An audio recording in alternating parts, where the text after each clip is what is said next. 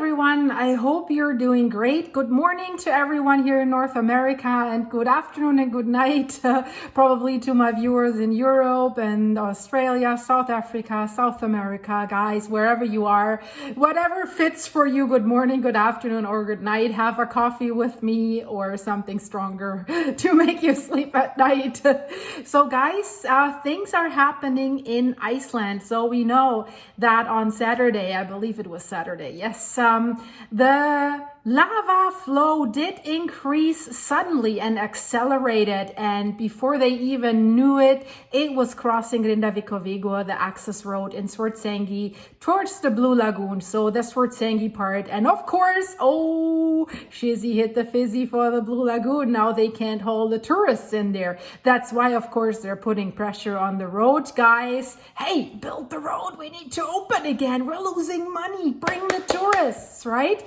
Although the lava still keeps moving, still keeps pushing, everything still going on. Lava's collecting again, so an event like this could happen again, and it could also switch and turn direction and flow towards Grindavik. That's what the Thorvaldur Thorvaldsson has said yesterday. And I think we're having a little match going on again between the geologist Thorvaldur Thorvaldsson, who works for the University of Iceland, and the Icelandic Meteorological Office, because those guys keep saying something a little bit different. So Thorvaldur Thorvaldsson keeps doubling down on his theory that he thinks the events in the Sutnuka crater series will be over by the end of this summer, like maybe by August. So he thinks that magma chamber that is underneath Svartsengi and the Blue Lagoon, he thinks that's being squeezed out right now and is emptying out. And that what we're seeing right now, what's coming out of this one crater that's still active and quite active, hasn't died down, that this is coming from the deeper magma reservoir. So that they're basically, the lava is ignoring, or the magma, it's still magma when it's underground, it's lava when it reaches the surface. So the magma is kind of ignoring that magma chamber. So it's a balanced flow from the deeper reservoir right out. And he thinks slowly over time, these magma tunnels that deliver the magma from the deeper magma reservoir are clogging up so that it's slowly dying down. So he thinks once the current eruption will end, that the pipes will be clogged. Too much stuff, too much solidified magma has accumulated and it clogs them. So the Icelandic Meteorological Office today has said, well, it seems the land rise continues. And that's a key factor, because after this eruption started, the land rise stopped and land did subside quite substantially, more than in the other eruptions. And then it basically stopped. Nothing happened. So in the other eruptions, it did start to rise again, but now it seems it's rising again. And what does that mean, guys? I'm sorry, Thorvaldur. If it's rising again, that means magma is accumulating in the shallow magma chamber underneath Svartsengi again. And what does that mean for these events on the Sutnuka crater series in this area? Well, if the magma chamber refills, it could be that we see some events like this again, that the events continue, and not like Thorvaldur thinks that they will end in the summer. So Benedict Gunnar of Feiksson, he's the head of the deformation measurements at the Icelandic Meteorological Office. So he's an expert for this, and he's monitoring the land rise and the land subsidence on a regular base, on a daily base. So he says there are signs that the land rise has started again under Svartsengi. They still need more data in the coming days, but at least it is an indication, right? Yesterday we were kind of still left out in the open what's going to happen. So 12 days have passed since this eruption started. So it's already going to be a longer one, longer than the previous ones, except the last one that started on March 16 and ended on May 9th. That one was the longest so far. So this one's the second longest, and it's producing a lot of lava. So we're having some problems with the lava that did flow over Grindavik, because it used to be like 4 meters high, but right now, and especially the flow that we experienced last Saturday at Svartsengi, That's 6 to 8 meters high. So that is really high.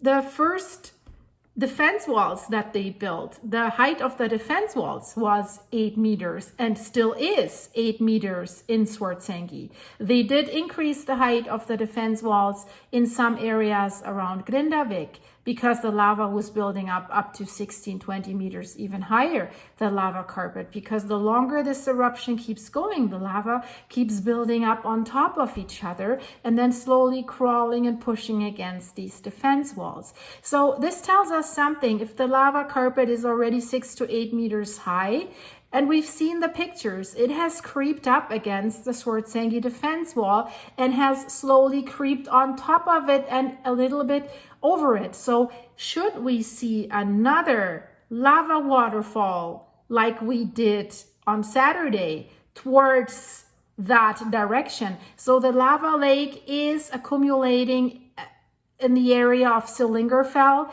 and then it was flowing north around Sillingerfell into the Svartsengi area. But Thorvaldur has also said that can't be the only reason, because he thinks that the lava ponds empty out south towards Grindavik. So basically what he says, well, we've seen two flows. The lava was from that crater was flowing north and south basically. And for some reason, the way to the south must have been clogged, which has increased the flow to the northwest towards Svartsengi. So we will have to see what's going to happen. He thinks the north can be clogged up and then everything will flow to the south. So right now, the lava lakes have not reached a fill level that anything could happen again, but they think it will definitely happen again. And then, since the defense walls are already 8 meters high and the lava carpet is already 8 meters, it can flow over the defense walls and into Svartsengi very easily. And it creates, that's why I said, like a waterfall effect. If it's already that high up on the defense wall and then it flows down there, it flows very, very fast. And it's quite a liquid lava, other than other volcanoes. So in Iceland, this lava that we're dealing with here is quite liquid, and that's why it can flow quite fast. So there are discussions going on right now. Should they increase the defense walls in Svartsengi?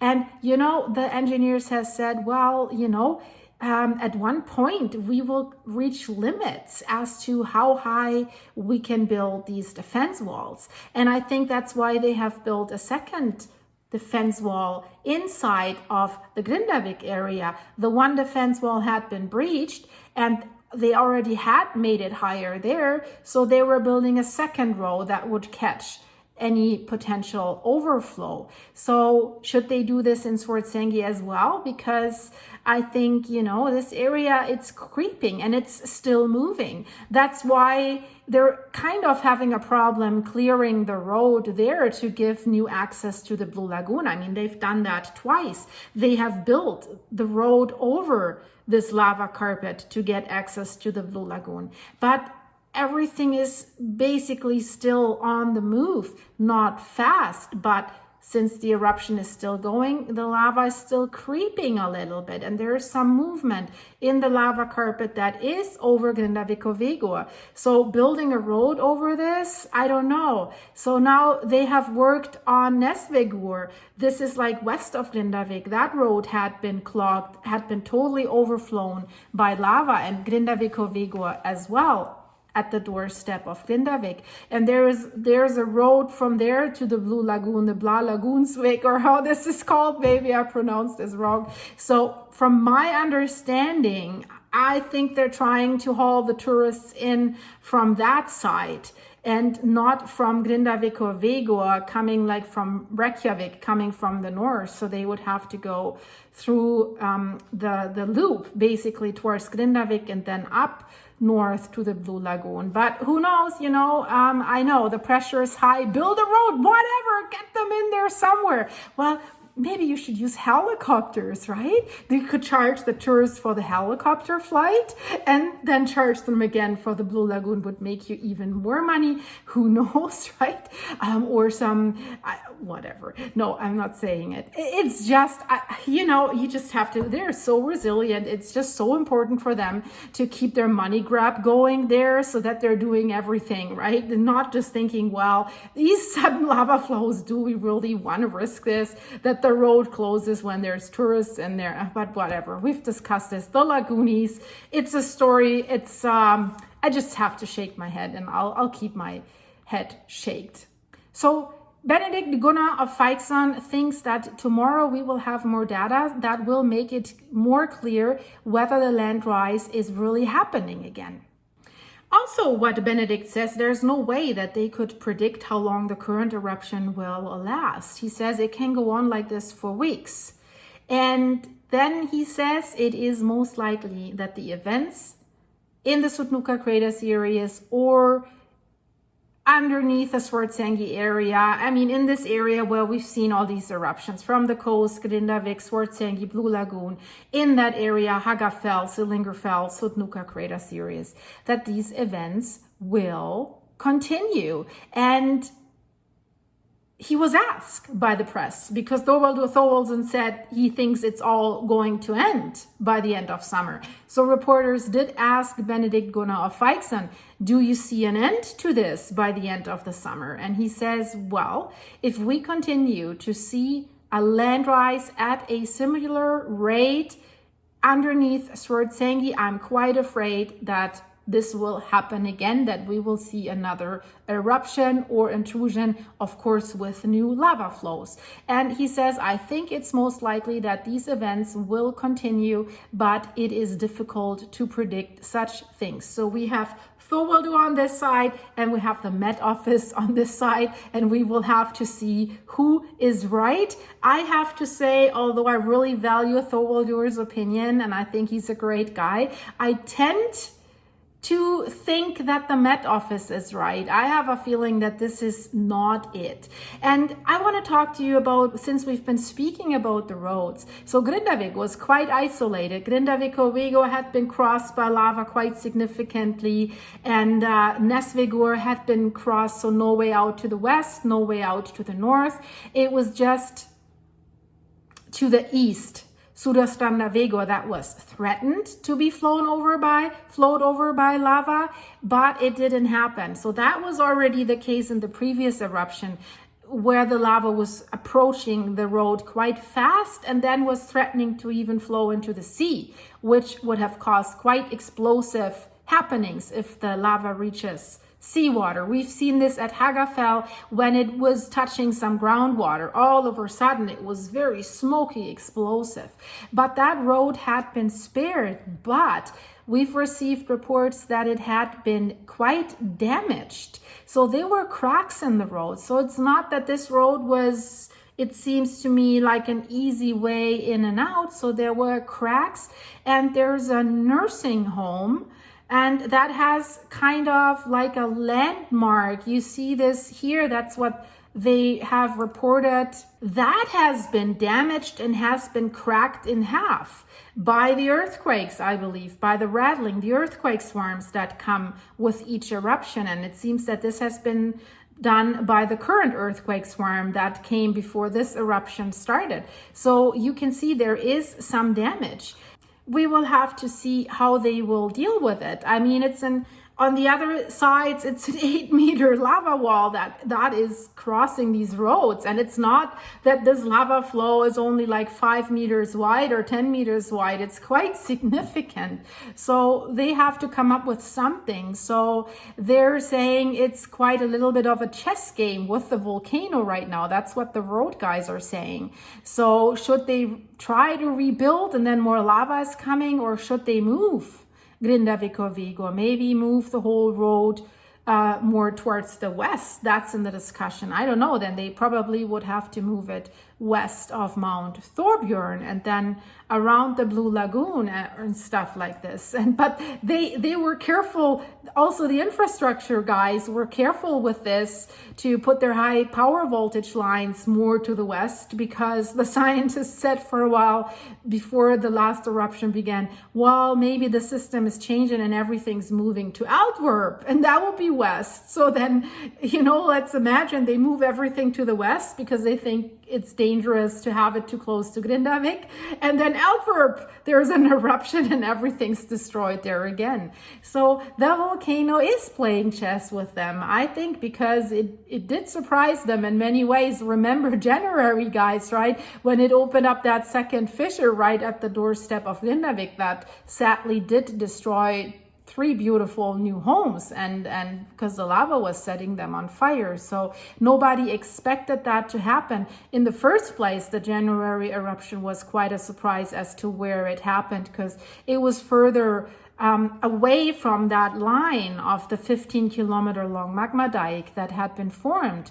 on November 10th. So that was a surprise already. So I think we haven't seen the end of it, guys. Let me know what you think. Let's discuss this. That will be interesting. And guys, thanks so much for your ongoing support, for the coffees you keep buying me on my buymeacoffee.com site, and for your supers. You guys are awesome. And yeah, I hope to see you very soon again here. And as always, please leave this video a like.